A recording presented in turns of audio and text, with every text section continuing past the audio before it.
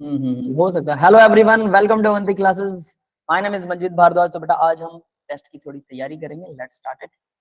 जो आपका कल टेस्ट होने वाला, find the n factor. Sir n factor जानते हो क्या? आपको पूछने वाली बात बताऊं? क्या बेटा? सर आप आज अपने डेली शेड्यूल से 0.1 सेकंड लैग कर गए। 0.1 सेकंड लैग कर गया। Okay, sorry for this. कोई बात नहीं, कोशिश करेंगे नेक्स्ट टाइम उसको कंप्लीट करने का, है ना। चलो भाई, तो एन फैक्टर क्या होता है मुझे ये बताइए। What is an factor? Valency factor. हाँ ठीक है, वैलेंसी फैक्टर कह सकते हैं। देन कैसे फाइंड करते हैं मुझे ये भी बताइए।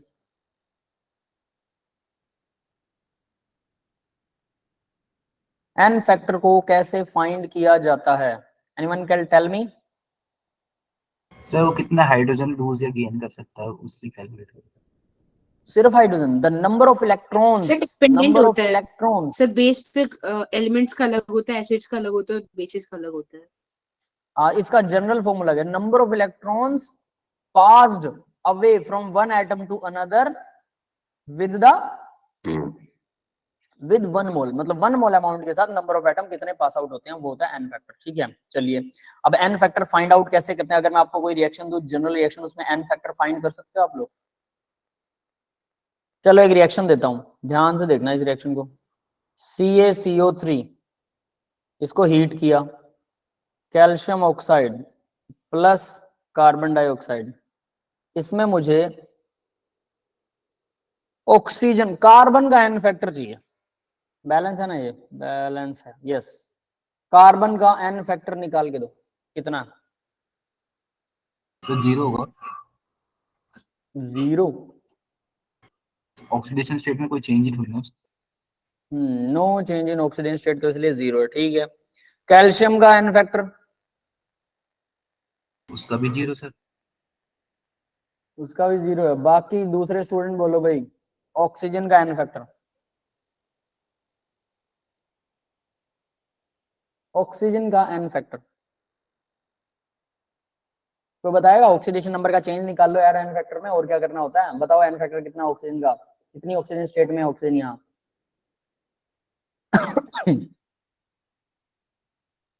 किसी को नहीं आता? बाकी ऑक्सीजन स्टेट निकालनी आती है क्या? 2 बार रिवाइज करवा चुका हूँ, रीडॉक्स वाला लेसन 2 बार करवा दिया मैंने, बैलेंसिंग भी 2 बार करवा चुका हूँ। अभी भी ऑक्सीजन स्टेट नहीं निकालनी आती आप लोगों को? भगत जनो, सर किसकी निकालनी ऑक्सीडेशन स्टेट? ऑक्सीजन ही। कृष्णा बेटा एक बार आप नहीं बोलोगे, बाकी स्टूडेंट, बाकियों को भी तो पता होना चाहिए। बताओ बेटा, क्यों नहीं आ रही है भाई ऑक्सीजन स्टेट निकालनी आप लोगों को? मेरे सिर में दर्द होने लग जाएगा ऐसे तो, है ना। ये सुन के अटैक आने वाला है अब मेरे को कि हद हो गई, 2 बार एक लेसन करवा दिया और इनको कॉमन चीज नहीं आती है। माधव ने आंसर दिया है, ठीक है। बाकी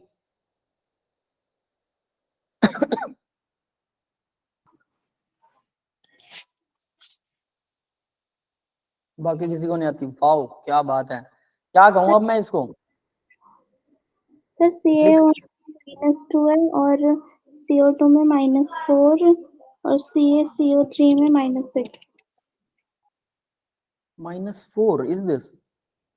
सर पूरे मॉलिक्यूल 2 है ना ऑक्सीजन, तो एक ही होगी ना, एक ऑक्सीजन की निकालते हैं बेटा।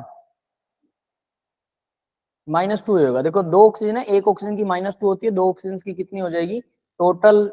4 हो जाएगी माइनस ऑक्सीजन के लिए। यहाँ पर -2 ऑक्सीजन, एक ही ऑक्सीजन है। यहाँ पर 3 ऑक्सीजन है, तो -2 होती है एक की, मल्टीप्लाई में 3, तो ये हो जाएगा -6।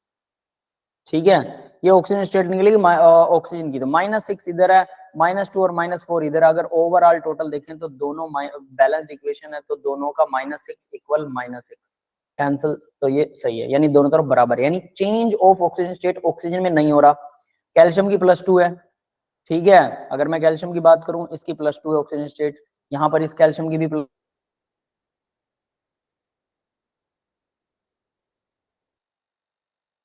है, पॉजिटिव। तो क्या रहा भाई, किसी की ऑक्सीजन स्टेट बदल ही नहीं रही है, तो यहाँ पर एन फैक्टर सबका 0 है। क्यों, कोई बता सकता है एन फैक्टर 0 क्यों है? सर चेंज जीरो है ना, इसलिए एन फैक्टर जीरो हो गया। चेंज 0 है ऑक्सीजन स्टेट्स के अंदर, इसलिए एन फैक्टर की वैल्यू 0 है। तो अब दूसरा एस्पेक्ट सुनिए, इस पूरी केमिकल रिएक्शन के अंदर कुछ भी नहीं हो रहा, ना ऑक्सीडेशन हो रही है ना रिडक्शन हो रहा है, कुछ हो ही नहीं रहा। ये क्या है पता है? ये रीडॉक्स रिएक्शन नहीं है, this is not redox reaction. Yes, समझ में आ गया बेटा? Yes sir. क्यों? क्योंकि इसमें ऑक्सीडेशन रिडक्शन हो ही नहीं रहा। सबकी ऑक्सीडेशन स्टेट अगर सेम है, जो लेफ्ट में वही राइट में ऑक्सीडेशन स्टेट है, तो कोई ऑक्सीडेशन स्टेट में चेंज ही नहीं हो रहा है, तो इसका मतलब किसी में भी नहीं हो रहा। किसी एक एटम में तो हो, और अगर ऑक्सीडेशन होगी किसी एक एटम में तो डेफिनेटली रिडक्शन भी होगी किसी दूसरे एटम में, लेकिन यहाँ तो किसी में भी कुछ नहीं हो रहा। तो इसलिए ये क्या है? ये रिडॉक्स रिएक्शन नहीं है, this is not redox reaction. याद रख लेना, अब एन फैक्टर पता लग गया, रिडॉक्स रिएक्शन क्या होती है वो भी पता लग गया होगा। What is redox reaction? यही हमारा क्वेश्चन था कि रिडॉक्स रिएक्शन क्या होती है। चलो अब एक एग्जांपल लेते हैं जिसके अंदर ऑक्सीडेशन और रिडक्शन चेंज हो रहा है। कोई एग्जांपल बताएगा मुझे, कोई रिएक्शन बताएगा जिसमें चेंज हो रहा है रिडॉक्स रिएक्शन का, कोई example?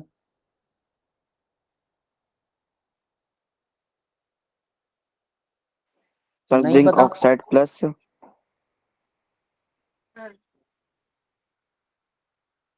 Zinc oxide plus iron. ऐसा तो नहीं हो सकता, आज करके लगे कोई चलाता हूँ। नहीं सर, आयरन नहीं होगा। सॉरी समझ नहीं आ रहा मैं क्या बोल रहा sodium, zinc oxide plus sodium. हूँ। सर इसमें क्या ऑक्सीडेशन हो जाएगा ना सोडियम का, और जिंक का रिडक्शन हो जाएगा। बनेगा क्या?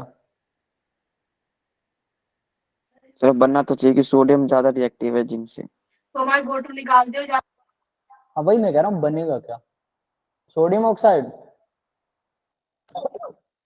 प्लस जिंक, ऐसा कुछ बना दें, ठीक है। तो देखो भाई यहाँ पे जिंक क्या था, +2 में था, जिंक है +2 के अंदर, +2, ऑक्सीजन है -2 में, सोडियम है 0। जब कोई फ्री फॉर्म में होता है, प्योर फॉर्म में, अकेला एलिमेंट वो 0 होता है। यहाँ पर सोडियम कितना है? +1, सोडियम +1। एल्कली मेटल हमेशा +1 दिखाते हैं, एल्कलाइन मेटल हमेशा +2 दिखाती है, अगर दिखाएंगे तो या तो 0 या फिर नहीं, ठीक है।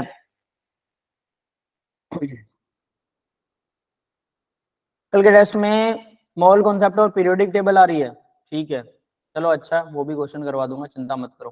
तो यहाँ पर क्या हो रहा है? -2, और यहाँ पर क्या आ रहा है? 0, क्योंकि जिंक 0 में हो गया, तो ये होगी रिडॉक्स रिएक्शन। यहाँ पर जिंक 2 से 0 में जा रहा है, इसका क्या हो रहा है? रिडक्शन। रिड्यूस हो गया ना, इलेक्ट्रॉन गेन हो रहा है, गेन ऑफ इलेक्ट्रॉन रिडक्शन होता है। और दूसरे का क्या है? सोडियम, ये क्या हो रहा है? ये ऑक्सीडाइज हो रहा है। दैट्स इट, ठीक है भाई, आगे बढ़ते हैं। Find the oxidation number of sulphur in H2SO5। H2SO5 के अंदर सल्फर का ऑक्सीडेशन नंबर बता सकता है कोई?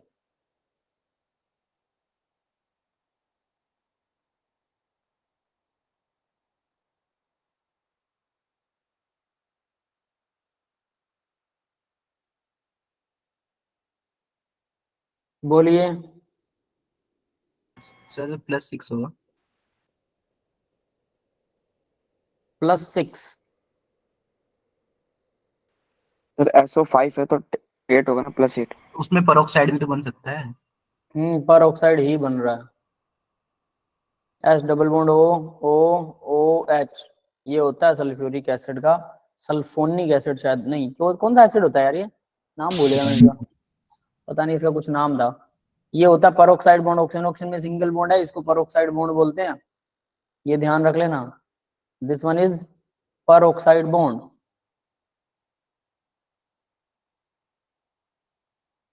पेरोक्साइड बॉन्ड, ये पेरोक्साइड बॉन्ड है भाई। अब इसकी वजह से सल्फर तो देखो, 2 ऑक्सीजन डबल बॉन्ड बना रहा है, डबल बॉन्ड बना रहा है, सिंगल बॉन्ड बना रहा है, सिंगल बॉन्ड बना रहा है, और सब में ऑक्सीजन ज्यादा इलेक्ट्रोनेगेटिव है, तो यानी यहाँ से 1 इलेक्ट्रॉन एक्सेप्ट कर रहा है, यहाँ से 2 कर रहा है, यहाँ से 1 कर रहा है, यहाँ से भी 2 कर रहा है, ठीक है। इसकी तरफ ज्यादा है झुकाव इलेक्ट्रॉन्स का, इसकी तरफ ज्यादा, 6 इलेक्ट्रॉन्स का झुकाव ज्यादा, तो इसलिए +6 होगा। और बाकी के ऑक्सीजन अपने हिसाब से अंदाजा लगा सकते हैं। तो यहाँ पर सल्फर का ऑक्सीजन स्टेट, ऑक्सीडेशन स्टेट जो है वो कितना आएगा? +6। क्लियर है सबको? Yes sir. स्ट्रक्चर आना चाहिए, डायरेक्टली नहीं होता कई बार। Find the number of moles in, ये लो भाई मोल कॉन्सेप्ट का क्वेश्चन आपके सामने। 5 ग्राम हाइड्रोजन और 16 ग्राम ऑक्सीजन गैस के अंदर O2 और H2 गैस, किसके नंबर ऑफ मोल्स ज्यादा होंगे?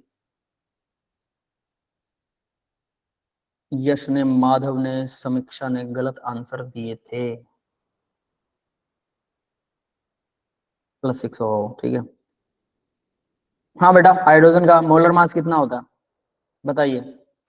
सर 2। सर हाइड्रोजन गैस का, H2 का 2 होगा। हाइड्रोजन गैस का 2 होगा ना। बिल्कुल, H2 = 2 ग्राम पर मोल। इसे ऐसे लिखा करो हमेशा, 2 ग्राम पर मोल, ठीक है। तो अब देखो 5 ग्राम में कितने मोल होंगे? 2 ग्राम में 1 मोल होता है, इसका मतलब ये है 2 ग्राम H2 जो है वो = 1 मोल। 2 ग्राम में 1 मोल होता है। 1 ग्राम में कितने होते हैं? 1/2 मोल। 1/2 और 5 ग्राम में कितने होंगे? बस आ गया आंसर। 2.5 मोल्स। 1/2 मल्टीप्लाई में 5 कितना आया? 2.5 मोल। ठीक है, सेम ऑक्सीजन के लिए सेम प्रोसेस करेंगे। बताओ ऑक्सीजन का मोलर मास कितना होता है? सर O2 का, ऑक्सीजन का 16, O2 का 32, 16। है ना? 16 × 2, 2 ऑक्सीजन है, 32 ग्राम पर मोल। भाई जिसको ये नहीं आता ना कि 16 कहाँ से आया, या 1 कहाँ से आया, 2 कहाँ से आया, पीरियोडिक टेबल में देखो ऊपर लिखा होता है मोलर मास, ठीक है, वहीं से हमने भी याद किया। अगर किसी को लगता है कि ये पता नहीं कैसे कोई फॉर्मूला इसको निकालना, कोई फॉर्मूला नहीं है, हमने रट्टे मार रखे हैं बढ़िया वाले। कैसे रट्टे लगाए नहीं है, जब क्वेश्चन सॉल्व करोगे अपने आप याद हो जाता है। It's in default. सामने वाले को लगता है बड़ा इंप्रेसिव कि यार ले भाई इसको तो ये भी आता है। जिसको कुछ नहीं आता उसको लगता है इंप्रेसिव, लगता है ना। जिसको कुछ आता है उसको लगता है ये क्या है, तो कुछ भी नहीं है, ऐसी फालतू में। इसीलिए साइंस वाले जब दूसरे उनके सामने बैठते हैं, आर्ट्स वालों के सामने, और जो न्यूमेरिकल सॉल्व करते हैं, ये ऐसा होगा, वो यूं आंखें फाड़ के देखते रहते हैं, ये क्या कर क्या रहा है, हमें तो कुछ समझ में ही नहीं आ रहा, है ना। और उनकी फालतू की हवाबाजी बन जाती है। दैट इज ऑल प्रैक्टिस, सीधी सी बात है ना। ऑक्सीजन तो भाई 32 ग्राम। ऑक्सीजन के अंदर कितने होते हैं? 1 मोल होते हैं, ठीक है। 1 ग्राम में 1 के लिए हमेशा डिवाइड होता है।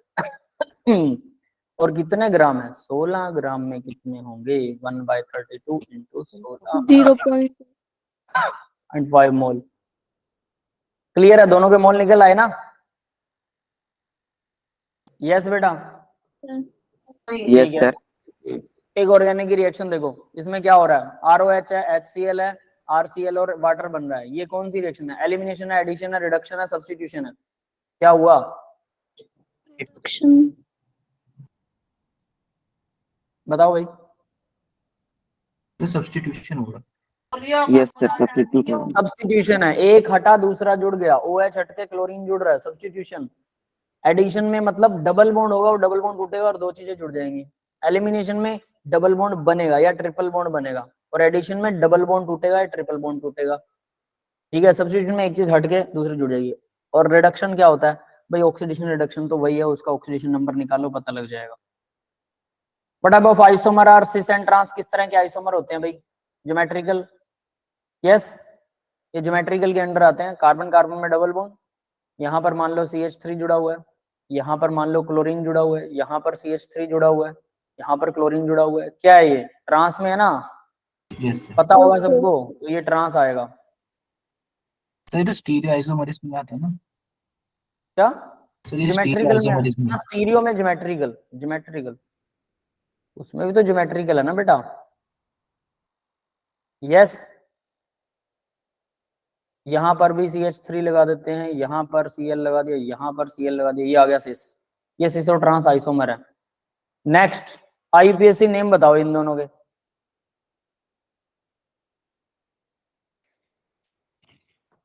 आते सर हैं किसी दूसरे का को? तो फिनोल नाम है। इसका क्या नाम है?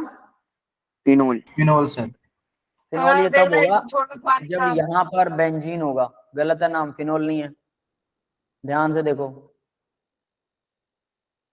ब्रोमो साइक्लो हेक्सेन, इसका नाम है ब्रोमो साइक्लो हेक्सेन। और इसका नाम क्या होगा? साइक्लोहेक्सेन। साइक्लोहेक्सेन है। हेक्सेनॉल। हेक्सेनॉल। हेक्सेनओल। साइक्लो हेक्सेनओल, ई कट जाएगा, साइक्लोहेक्सेनोल। ठीक है, क्लियर है सबको? Find all Yes, रेजोनेटिक sir. Structure. इसके रेजोनेटिक स्ट्रक्चर निकालने आते हैं। ये क्लोरीन है, लोन पेयर डोनेट करेगा, 3 लोन पेयर होते हैं इसके पास में, तो ये लोन पेयर डोनेट करेगा, ये डबल बॉन्ड इधर चला जाएगा, और इस तरह से 6 रेजोनेटिक स्ट्रक्चर बनेगा, 5। 5 रेजोनेटिक स्ट्रक्चर बनेंगे। आते हैं भैया स्ट्रक्चर, यस सर। बना के देख लेना। सब बच्चों को शांत देखते हुए मुझे ऐसा लगता है कि मैं क्या करवाऊं, मेरे समझ में नहीं आता। जब क्वेश्चन करते हो तो आप लोग कैसे शांत हो जाते हो ना। हंसी आ रही है शिवानी को, है ना। ये हंसने वाली बात नहीं बेटा, बड़ी सीरियस बात है। मैं 1 साल से यही कह रहा हूँ कि पढ़ना शुरू कर दो, पढ़ना शुरू कर दो। आप लोग पढ़ नहीं रहे हो। पढ़ाने के लिए क्या किया जा सकता है मुझे ये बता दो। कुछ करें क्या ऐसा?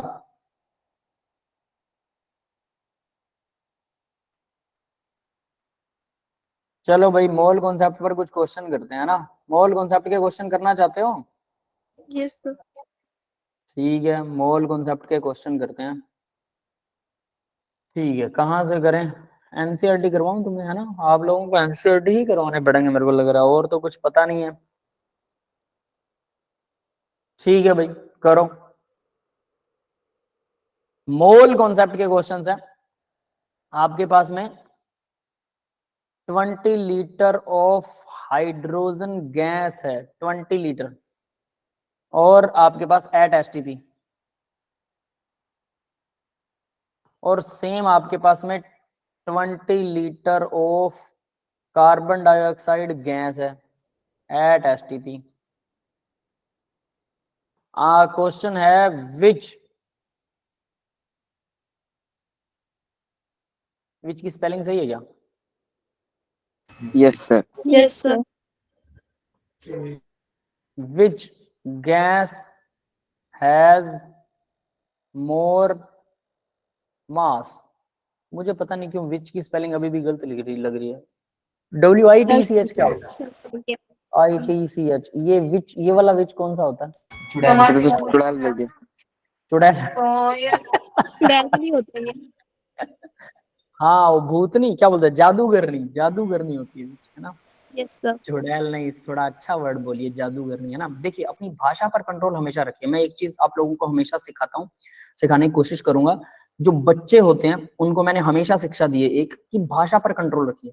मैंने ये गुर सीखा था अपने प्रिंसिपल से। हमेशा सामने वाले को आप कहें, कभी भी तू कह के ना बोले। आप लोग मुझसे इतने छोटे हैं फिर भी मैं आपको आप कहता हूँ, है ना, मोस्ट ऑफ द टाइम। कभी कभी तू निकलता है, वो अपनापन ही होता है वैसे, लेकिन फिर भी मैं आप कह के बोलता हूँ। किसी को अगर डांटना भी है तो आप कह के डांटिए। ये मैंने अपने एक प्रिंसिपल से सीखी थी, बहुत अच्छी बात लगी मुझे, है ना। रिस्पेक्ट रखिए। किसी को थप्पड़ भी मारना, थप्पड़ मार के भी आप ही कहना है, हाँ जी सर आप क्या कह रहे थे, समझ गए ना। गुस्से में भी सम्मान नहीं छोड़ना, ये याद रख लेना। ये बहुत बड़ी बात होती है कि हम गाली गलौज कभी नहीं करना। गाली हम अपनी ही बहन बेटियों की गालियां देते हैं दूसरे लोगों को, ये याद रखना। और ये बहुत गलत बात है बेटा। हम स्त्री नारी का, स्त्री जाति का सम्मान नहीं, अपमान कर रहे हैं इससे, तो ये कभी नहीं करना, है ना। हमारी माँ, बहनें, बेटियां, बहुएं वही तो हैं जो नारी है ना। उनसे तो यानी गाली, ये जरूरी नहीं है, इट्स नॉट नेसेसरी कि गाली का जवाब गाली से दिया जाए, ठीक है, या जवाब दिया ही जाए। गुस्सा करना और गाली देना दोनों अलग चीजें। तो बिहेव योरसेल्फ, सोचिए, कोशिश कीजिए कि कभी गाली ना देनी पड़े। फिर भी कई बार बिहेव में आ जाता है, वो एक अलग चीज है, लेकिन एटलीस्ट ट्राई ऐसे करो, सोच ऐसे बनाओ, थोड़ा फोकस करो, सब आ जाएगा। बताओ भी कौन सी गैस जो है हैवी है, मोर मास, कौन सी गैस के पास? CO2 का जाता है। CO2 का होगा। CO2 का होगा। कैसे पता लगा? नंबर ऑफ मोल सेम होंगे ना दोनों का, जिसका मोलर मास दोनों के है। नंबर ऑफ मोल सेम होंगे, और नंबर ऑफ मोल सेम है तो हाइड्रोजन के 2 ग्राम में 1 मोल होते हैं, कार्बन डाइऑक्साइड के 44 ग्राम में 1 मोल होते हैं। तो हाइड्रोजन से मोल जो कार्बन डाइऑक्साइड है वो ज्यादा है। तो देखो भाई, 2 ग्राम हाइड्रोजन इक्वल 1 मोल, और कितना होगा ये, 44 ग्राम कार्बन डाइऑक्साइड इक्वल 1। तो दोनों का 1 मोल है, लेकिन मास किसका ज्यादा है? कार्बन डाइऑक्साइड का ज्यादा है। और हमें पता है 20 लीटर इसमें और एसटीपी पर, दोनों के अगर लीटर इक्वल हैं तो डेफिनेटली दोनों के मोल भी इक्वल होंगे, इक्वल मोल्स, है ना। Equal volume of gases contain equal number of moles. वैसे तो ये भी है फॉर्मूला सीधा, लेकिन ऐसे भी निकाल सकते हैं। 1 मोल में 22.4 लीटर एट एसटीपी होते हैं किसी भी गैस के। तो जितने मोल बनेंगे 20 लीटर के, सेम कार्बन डाइऑक्साइड के जितने मोल बनेंगे, दोनों के मोल सेम बनेंगे, मोल सेम बनेंगे, ठीक है। 20 लीटर के कार्बन डाइऑक्साइड के बना लो, 20 लीटर के हाइड्रोजन के, बट नीचे देखो ग्राम में, मास में डिफरेंस है। ठीक है, क्लियर है भाई, नंबर सेम रहेगा बट मास में डिफरेंस आ जाएगा। सबको समझ में आ गया? Yes sir. Yes sir. ठीक है, तो एक नेक्स्ट क्वेश्चन करते हैं, जरा देखना। अब ये क्वेश्चन फिर आप लोगों को आना चाहिए, है ना। मेरे पास अमोनिया है, ammonia as a gas NH3, ठीक है, वो मेरे पास 3 ग्राम है अमोनिया, और same as it is carbon monoxide है मेरे पास, ठीक है, वो मेरे पास 1 ग्राम है, 1 ग्राम, ठीक है।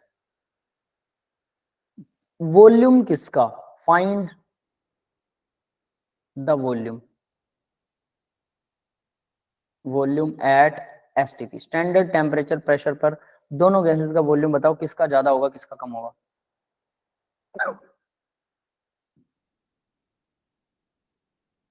कैसे करेंगे पता है, चलो मैं बता देता हूँ थोड़ा सा आइडिया। 22.4 लीटर एट STP, कोई भी गैस हो, एनी गैस, इक्वल होती है 1 मोल के, और 1 मोल जो है वो इक्वल होता है मोलर मास इन ग्राम के, मोलर मास इन ग्राम, और ये मिलेगा पीरियोडिक टेबल से, ये आपको मिलेगा पीरियोडिक टेबल से। यस, क्लियर है बेटा? अब बताइए।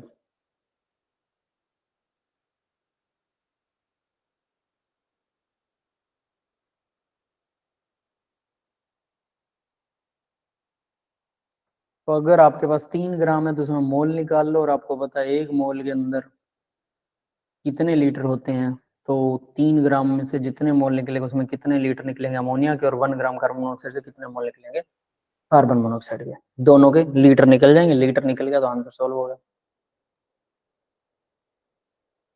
बताओ भाई जल्दी सी।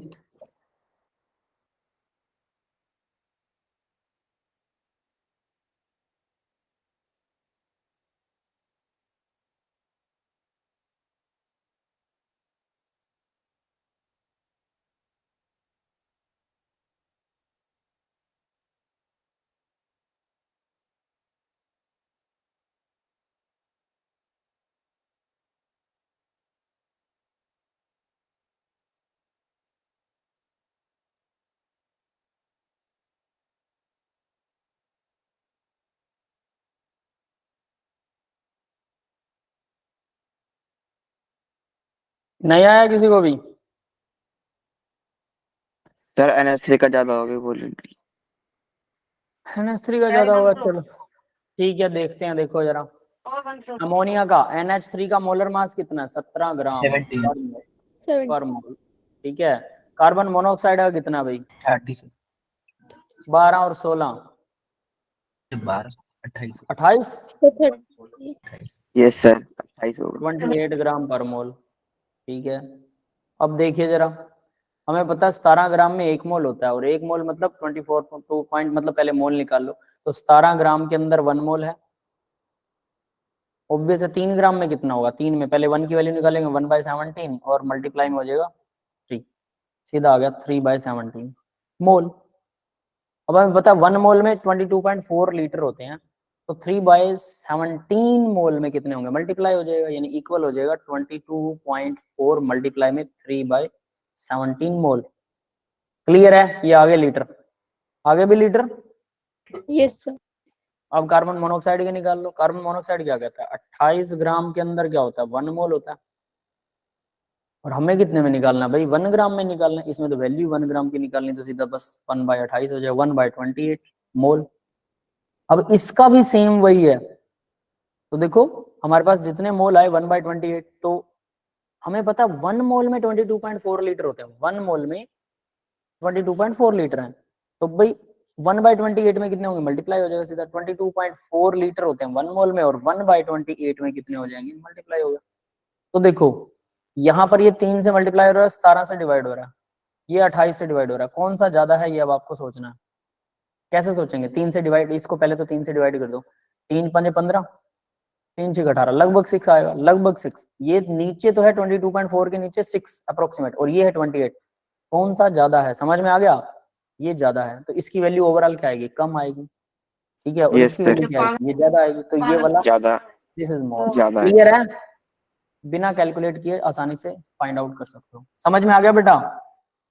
Yes, sir.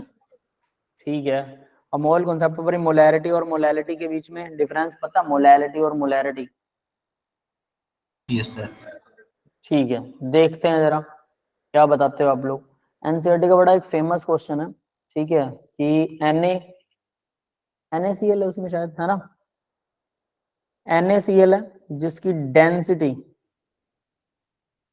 डेंसिटी 2 ग्राम पर ml है, ये मान लो आप, ठीक है, 2 ग्राम पर ml है, और मोलैरिटी जो है NaCl की मोलैरिटी बड़ा M जो दे रखा है वो 3 मोल पर लीटर है, मोलैरिटी है 3 मोल पर लीटर।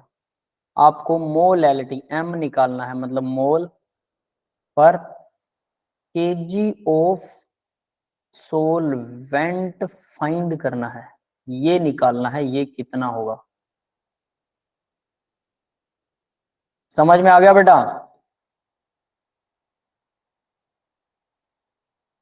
हाँ भाई, Yes, sir. क्वेश्चन पता लगा? तो 3 मोल पर लीटर ये आपको दे रखा, मोलैरिटी दे रखी 3 मोल पर लीटर, मतलब 1 लीटर में 3 मोल है NaCl की। तो पहले NaCl का मोलर मास निकाल लो। NaCl का मोलर मास कितना होता है, सोडियम कितना होता है बताना जरा? 27। 23। और क्लोरीन कितना होता है? 35.5। 35.5 होता है। टोटल कितना हो गया, 58.5, है ना, इतने ग्राम पर मोल। तो 1 मोल में इतने ग्राम होते हैं, किसके, सोडियम क्लोराइड के। अब बताओ जरा, 3 मोल पर लीटर है तो 3 मोल में कितने होंगे, यानी कि ग्राम ऑफ NaCl के 3 मोल में कितने होने चाहिए, 58.5 मल्टीप्लाई में 3 इक्वल आएगा 3/15 होता है, और 8 या 24 और 1 25, 5 या 15 और 2 17, इतने ग्राम NaCl है मेरे पास। NaCl इन 1 लीटर सॉल्यूशन, यही ये दिया हुआ देखो, 3 मोल है, 3 मोल मतलब 3 मोल का मतलब 175.5 ग्राम, ठीक है, 1 लीटर में है, ये नीचे 1 लीटर लगा हुआ। अब मुझे क्या चाहिए भाई, मोल तो उतने ही रहेंगे ना सॉल्यूशन में, इसी सॉल्यूशन की मुझे मोलैलिटी निकालनी है, तो मोल तो उतने ही रहने वाले हैं, 3 ही रहेगा। सोलवेंट इन केजी, मुझे तो पानी निकालना है केजी में। तो देखो सॉल्यूशन डेंसिटी दे रखी है, सॉल्यूशन 2 ग्राम पर ml, इतनी है कि नहीं पता नहीं, मैंने ऐसे ही गेस से लगाया। तो इसका मतलब क्या है कि 1 ml अगर सॉल्यूशन है, 1 ml सॉल्यूशन है तो उसका मास होता है 2 ग्राम, ये 2 ग्राम मास होता है सॉल्यूशन का। तो यहाँ पर हमारे पास सॉल्यूशन कितना है, 1 1 लीटर, लीटर। 1000 ml है, सीधी सी बात है। तो 1000 ml अगर सॉल्यूशन होगा तो मास कितना होगा, 2000 ग्राम। Yes yes, sir. तो मुझे सॉल्यूशन का मास पता लग गया, टोटल 2000 ग्राम। सॉल्यूशन का मास है 2000 ग्राम, और सॉल्वेंट का मास कितना है, और सोल्यूट का भी पता है मुझे, 175 ग्राम। मुझे सॉल्वेंट का मास चाहिए, कैसे निकलेगा, सिंपल सी बात है, टोटल मास है मेरे पास सॉल्यूशन का,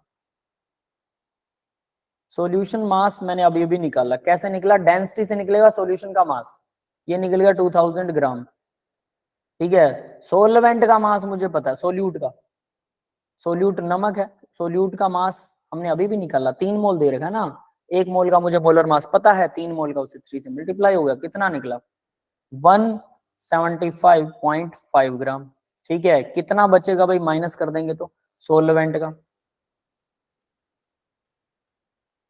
सॉल्वेंट का मास कितना आएगा, यहाँ पर 0 लगा दे, 10 में से 5 गया 5, 9 में से गया 182। 4, 9 में से गया 2, और 9 में से गया 8, 1824.5 ग्राम। पानी का क्लियर है मास। भाई? तो ये हमारे पास सोलवेंट का मास आ गया। मुझे क्या चाहिए, मोल तो उतने ही रहेंगे, तो मोलैलिटी अगर मैं निकालना चाहूँ तो मोलैलिटी कैसे निकलेगी, देखो जरा, molality, how to find the molality.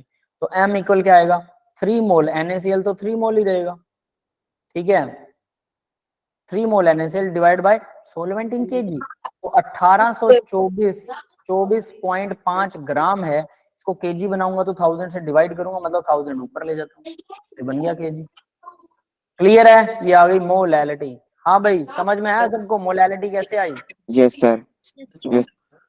Molality आ गई। अब मैं इसी क्वेश्चन को उल्टा करने वाला हूँ। आपके पास दोनों आंसर्स हैं, मोलैलिटी है। मोलैलिटी को जरा सॉल्व करते हैं। चलिए 3 डिवाइडेड बाय 1824.5, तो 3 डिवाइड बाय 1824.5, ठीक है, कितना आएगा? यानी 0.001644, 164400। सर कहाँ लिख रहे हो आप? क्या कहाँ लिख रहे हो आप? लिखी दिखा नहीं बेटा, कैलकुलेट की थी 0.1644। ये आपके पास मोलैलिटी आ गई, अभी लिख दी है। ठीक है, क्लियर है? Yes sir. मल्टीप्लाई में 1000 भी था यार, गलत है। सर 1000 से मल्टीप्लाई में मल्टीप्लाई करेंगे 1000 तो 3 3 तो से आगे कर लो ना। हाँ 1.644 1.644, 644। ठीक है, ये आपकी आ गई मोलैलिटी। अभी ठीक है, तो भाई ये मोलैलिटी मैंने फाइंड कर दी, कोई दिक्कत नहीं है इसमें, है ना? अब जरा 1.7 लिख ध्यान सकते दो। हैं। क्या? 1.7। हाँ लिख सकते, नहीं लिख सकते, 1.4 है वो, 6 4 है वो, 5 हो या 5 से ज्यादा हो तब लिख सकते हैं, वरना नहीं लिख सकते। सर 1.6 तो लिखिए। लिख दो 1.6 लिख दो, ज्यादा वो एवरेज मत करो। ये 4 4 के बाद भी वैल्यू थी, ठीक है, वो मैंने एवरेज कर दी, आप उसके आगे और एवरेज कर दो, है ना? जी सर। वो होते हैं ना बच्चे लास्ट में आके पूछते हैं कि सर हमें ना इम्पोर्टेंट क्वेश्चन बता दो, तो टीचर बेचारा इम्पोर्टेंट क्वेश्चन लगाता है। अब स्टूडेंट उस इम्पोर्टेंट में से इम्पोर्टेंट छांटते हैं कि टीचर ने तो काफी सारे लगा दिया, अब ये करके जाऊंगा मैं। तो वही हो रहा है यहाँ पे, है ना? मैंने एवरेज निकाल दिया, आप एवरेज में से एवरेज निकाल दो। अब देखो भाई इसी क्वेश्चन को, अब इसी क्वेश्चन को मैं जरा कैसे ले रहा हूँ वो देखिएगा, ठीक है? क्वेश्चन नंबर 12, जरा ध्यान देना इसमें। मैं लिख रहा हूँ मोलैलिटी सॉल्यूशन की दे रखी कितनी, 1.644। ये मोलैलिटी दे रखी है, मतलब मोल पर KG of solvent, 1 KG solvent, solvent होता है। डेंसिटी भी दे दी मैंने, डेंसिटी क्या दी है, 2 ग्राम पर ml। ये तो सेम ही देनी पड़ेगी, ये अलग नहीं कर सकता मैं, है ना? और आपको निकालना क्या है, मोलैरिटी निकालनी है। ये फाइंड करना है मोल, तो मोल तो सेम रहेंगे, है ना? ये मोल सेम रहने वाले हैं। Divide by litre, 1 litre of solution. अब आप कहेंगे मैंने पहले यहाँ पे 3 मोल सेम बताए थे कि 3 है तो 3 ही रहेंगे, ये 3 ही है, लेकिन क्या सोलवेंट के हिसाब से कम हो गए। यहाँ पर 1.66 ही रखोगे, बट सोलवेंट की जगह सॉल्यूशन लगाओगे तो अपने आप 3 हो जाएंगे। आंसर आपको पता है, इट इज 3 मोल पर लीटर मोलैलिटी। इसी को क्वेश्चन को उल्टा कर रहा हूँ। तो भाई अब मुझे कोई एक वॉलेंटियर बच्चा चाहिए जो मुझे बताए कि सर मैं आपको बताऊंगा और आप वैसे वैसे करके लिखो। सर क्या मैं बताना खुद है? कुछ नहीं करने वाला, यही कि इसको सॉल्व कैसे करना बताना। अच्छा स्टेप बताने इसके, मैं मैं पहले लिखूंगा, आप मेरे को बताइए। कॉपी पे सॉल्व कर लूं, कॉपी पे सॉल्व कर लूं फिर बताऊंगा। करो भाई करो, सभी बच्चे करो, कोई दिक्कत नहीं है मुझे। और फिर मुझे स्टेप बताना कोई एक स्टूडेंट कि इसके बाद ये करेंगे, इसके बाद ये करेंगे और ऐसे करेंगे। पीछे वाले क्वेश्चन की हेल्प चाहिए तो मैं पीछे वाला क्वेश्चन की स्लाइड दिखा सकता हूँ। तो उसमें NaCl भी तो था साथ में। हाँ उसमें NaCl था भाई, ये भी NaCl ही है बेटा, मैंने लिखा नहीं क्या, ये NaCl ही है हमारे पास। सर जो मोलैरिटी Na का और मोलैलिटी का रिलेशन होता है वो अप्लाई नहीं कर सकते? बिल्कुल कर सकते हो, अगर आप वैसे डायरेक्ट कर रहे हो तो बहुत बढ़िया, कीजिए, बहुत अच्छी बात है। आपको अगर वो याद रहता है और आप कर सकते हैं।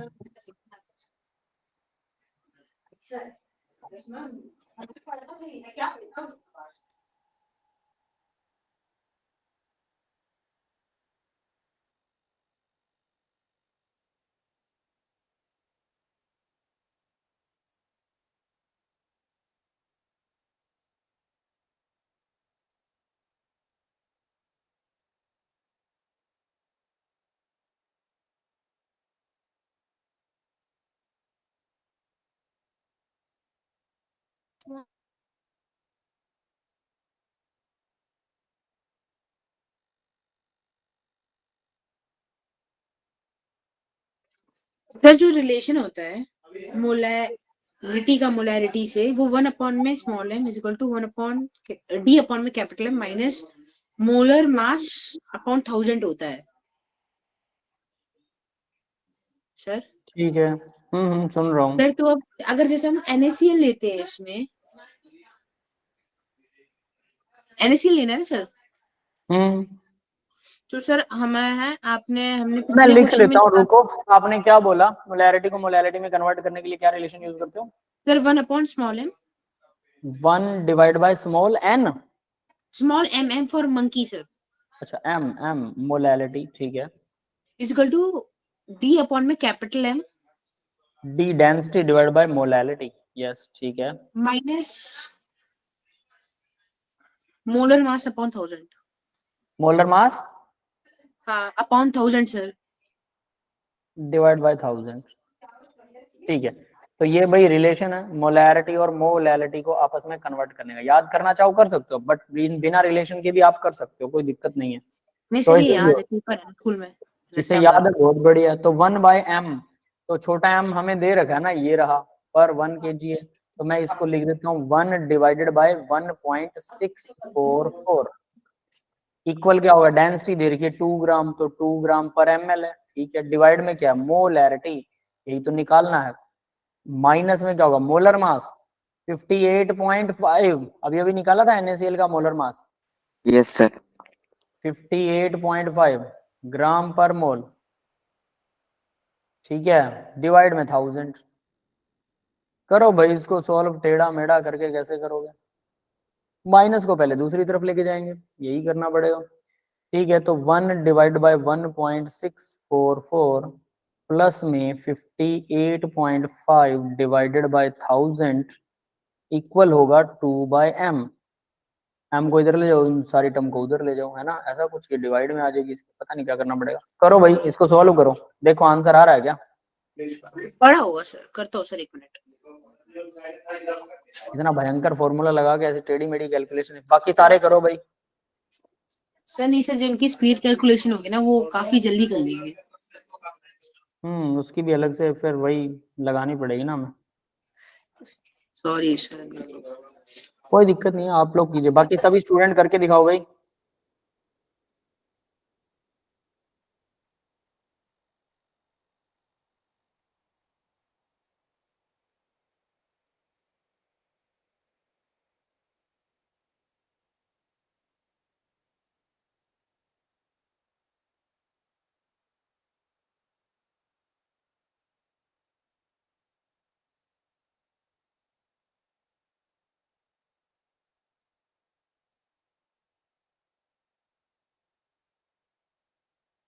कैलकुलेशन कीजिए सभी और मेरे को आंसर निकाल के दीजिए, क्या आंसर सही आ रहा है क्या?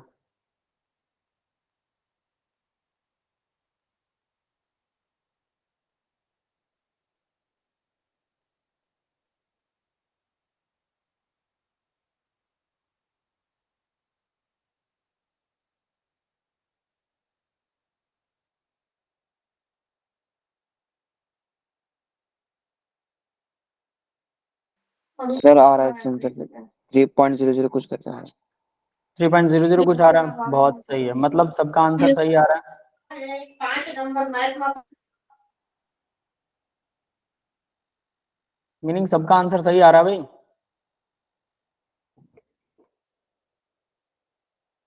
ठीक है, तो ये इक्वल आ जाएगा 3.23 आ रहा है मेरा। ये माधव का गलत कैसे आ रहा है भाई? हाँ नहीं आना चाहिए। m must be 3 point something something 0000 something something आएगा डेफिनेटली, ये आंसर होगा।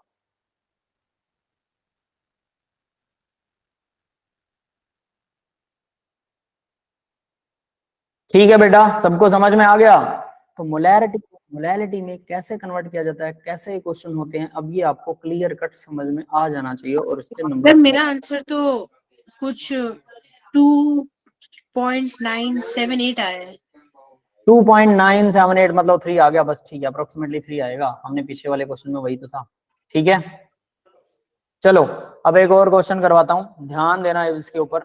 दिस क्वेश्चन, ये क्या कहता है आपके पास H2SO5 है, H2SO5, ठीक है। इसमें आपको, और ये 1 मोल है, 1 मोल ही है, और इसके अंदर आपको number of moles of oxygen बताने हैं, ऑक्सीजन एटम। बताओ भाई कितने ऑक्सीजन एटम होंगे इसमें? Number of mole of sir oxygen. 5 moles. Sir 5 5। देखो ये 1 मोल है, 1 मोल मतलब 1 मोल के अंदर ये 5 है, एक मॉलिक्यूल में 5 है, तो 1 मोल में 5 होंगे, तो सीधी सी बात है this will be number of mole कितने होंगे भाई ऑक्सीजन एटम में, ये होंगे 5। Yes sir.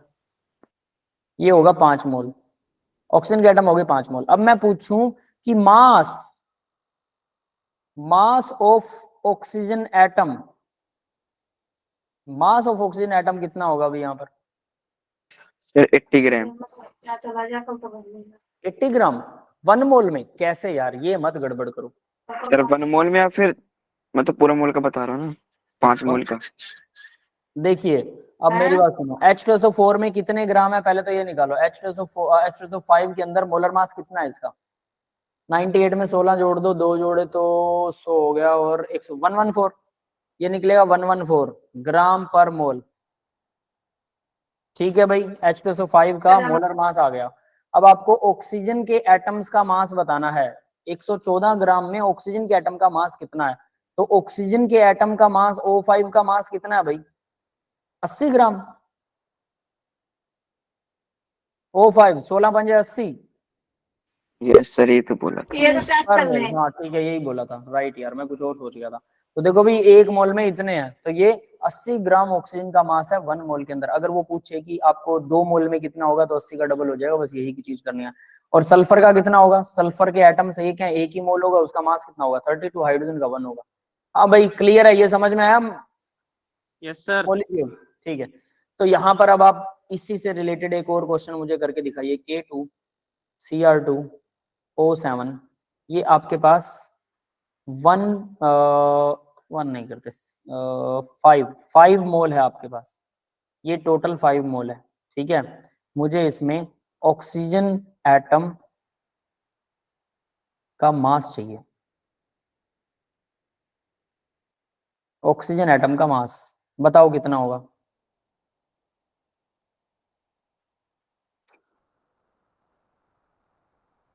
सर 102 नहीं होगा? 102 वो 1 मोल में होता है ना, 102 ग्राम, 5 मोल है आपके पास। ये टोटल मॉलिक्यूल के मोलर मास को 5 से मल्टीप्लाई करोगे तो 5 मोल बनेगा। समझ में आया? Yes sir. तो 5 मोल में ऑक्सीजन कितने आएंगे? 102 को 5 से मल्टीप्लाई करेंगे, 17 छिके 102 16, 17 छिके 102 10, 16 सते 16 इंटू 7 कितना होता है भाई? सर पहाड़े भूल गया क्या मैं? सर 112 112 112 होता है। ये 102 कौन बोल रहा था? 112 12 पंजे तो 112 को जब 5 मोल से मल्टीप्लाई करेंगे, 12 पंजे 60 होता है, ऑब्वियस है 560 आ जाएगा। Yes sir. कृष्णेश ने सही बताया भी। ऑक्सीजन एटम का मास कितना होगा? तो ऑक्सीजन एटम का मास जो है वो देखिए 16 मल्टीप्लाई में 7, ठीक है, मल्टीप्लाई में 5, ये 5 मोल दे रखा है, मोल गिवन है, तो कितना आ जाएगा? 560। ठीक है भाई, क्लियर है सबको? 560 ग्राम इतनी ऑक्सीजन होगी। 5 मोल अगर K2Cr2O7 लेते हैं तो उसमें 560 ग्राम ऑक्सीजन होने वाली है। K2Cr2O7 का टोटल मोलर मास बताएगा कोई मुझे कितना होता है कैलकुलेट करके? क्रोमियम का कितना होता है पता है किसी को? क्रोमियम एटॉमिक नंबर 24 होता है। 39 होगा सर, 39 होगा सर। इलेक्ट्रॉनिक कॉन्फ़िगरेशन है, 52 होता है इसका मोलर मास क्रोमियम का। क्रोमियम 52 है, तो 52 का डबल 102 ये हो गया, और 7 ये थे ऑलरेडी, 112 इसका हो गया। पोटेशियम का कितना होता है? 39। बताओ भाई पोटेशियम का मोलर मास, कुछ कुछ तो याद होने चाहिए पोटेशियम वगैरह के। 39। पोटेशियम का तो 39 होगा सर। हाँ, तो देखो पोटेशियम का 39 का डबल हो जाएगा, 40 दूना 80, तो 78 हो गया पोटेशियम का। क्रोमियम का 52 दूना 104 हो गया क्रोमियम का, प्लस 294 ऑक्सीजन का कितना हो गया? 112 हो गया ऑक्सीजन का। टोटल बताओ कितना बना? 294 294 294 ग्राम पर मोल। कितना बनेगा? 2 और 8 4 12 13 14, ठीक है, 1 और 7 8, एक 9 2, ठीक है, क्लियर है? यस बेटा, सबको समझ में आया ये? Yes, sir. Yes, sir. ठीक है, इस तरह से मोलर मास निकालिए, नंबर ऑफ एटम्स निकालिए, दो एटम्स के बीच में कितने मोल्स, क्या हो रहा है, कैसे हो रहा है, वो सब चीजें आपको कैलकुलेट करनी आनी चाहिए एट एवरी कॉस्ट। ठीक है, इसके बाद में इतना हो गया। इसके बाद में कुछ और चीजें देखते हैं भाई, लेट मी चेक। अब ये क्वेश्चंस किस टाइप के आएंगे मैं वो बता देता हूँ। यहाँ पे ऐसे ही हैं सारे के सारे, नोट रुको,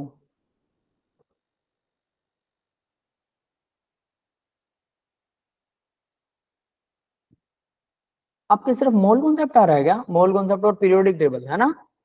Yes, sir. periodic table। ठीक है, तो भाई कुछ मोल कॉन्सेप्ट में तो ऐसे ही क्वेश्चन है सारे के सारे, कितने मोल होंगे, कितने एटम्स होंगे, इतने ग्राम दे रखा उसमें एटम होंगे, एटम को फिर वो उसका कम होगा उसका ज्यादा होगा, है ना? एवोगैड्रो नंबर भी होता है साथ में। चलो एवोगैड्रो नंबर पर कुछ क्वेश्चंस करते हैं। एवोगैड्रो नंबर, ठीक है, मान लीजिए मेरे पास 100 एटम्स हैं कार्बन के, ठीक है, in carbon dioxide, find the mass of CO2। बताओ भाई कैसे करेंगे? कार्बन डाइऑक्साइड का मास बताना, 100 एटम आपके पास कार्बन के। सर एवोगाड्रो नंबर 6.028 है ना? एवोगैड्रो नंबर 6.022,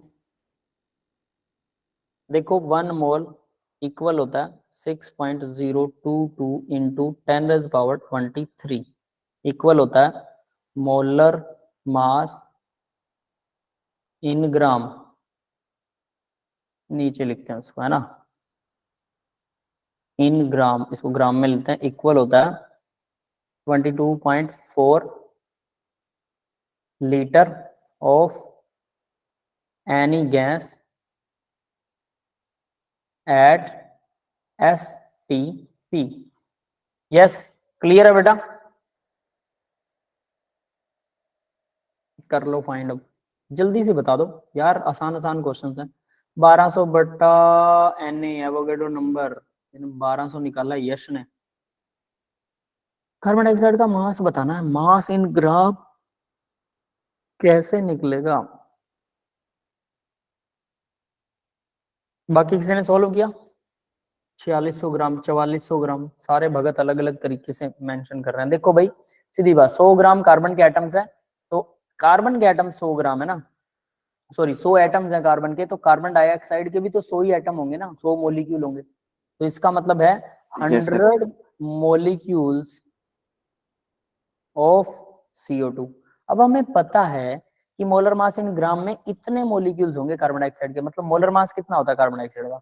CO2 का अगर मैं मोलर मास निकालूं 44 ग्राम, 44 ग्राम में मुझे पता है एवोगैड्रो नंबर के बराबर मोलिक्यूल होंगे 6.022 इंटू 10⁻23, ये मोलिक्यूल्स होंगे किसके मेरे पास? कार्बन डाइऑक्साइड के।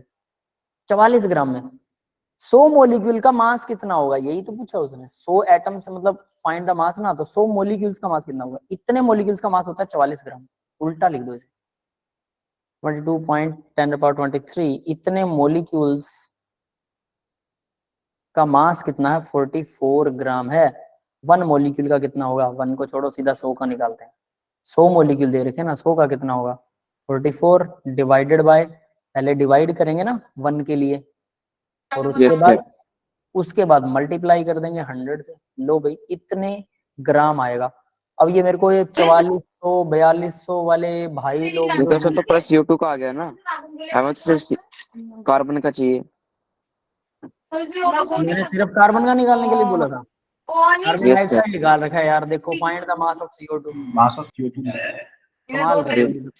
सोने की दुखिया थोड़ा गलती हो गई। कोई बात नहीं, कोई बात नहीं, इट्स ओके।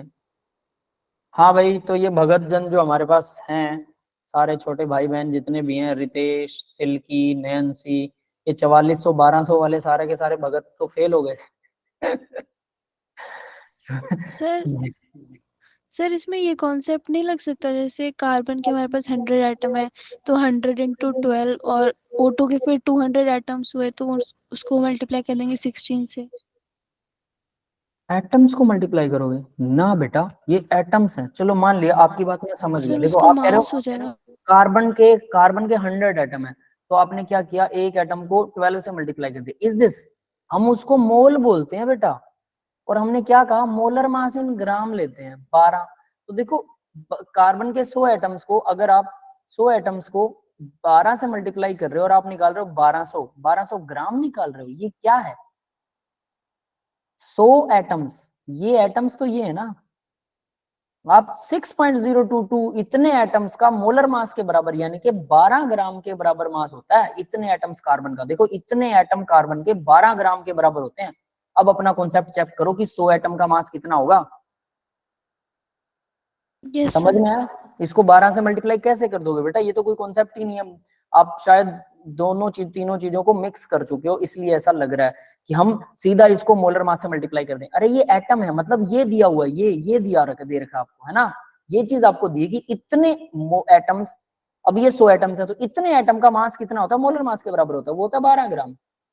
आपके पास है 100 एटम, 100 एटम का मास कैसे निकालोगे भाई, तो 1 का निकालेंगे फिर 100 का निकालेंगे। तो यानी सीधी सी बात है, मैं अगर इसको ऐसे कहूं कि 1 के लिए यानी 12 divide by Avogadro number 6.022 into 10⁻23 और मल्टीप्लाई में आ जाएगा 100।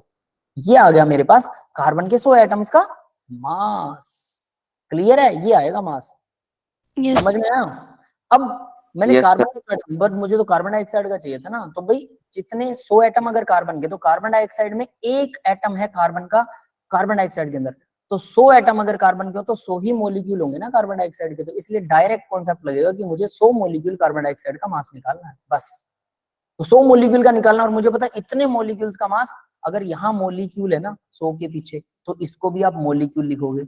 अगर यहाँ 100 के पीछे एटम है तो इसको भी आप एटम लिखोगे। अगर यहाँ आयन है तो आयन लिखोगे। अगर यहाँ इलेक्ट्रॉन है तो इलेक्ट्रॉन लिखोगे। तो पहले मैंने एटम यूज किया था वर्ड, अब मैं मोलिक्यूल यूज कर रहा हूँ, क्योंकि कार्बन डाइऑक्साइड एक मोलिक्यूल है।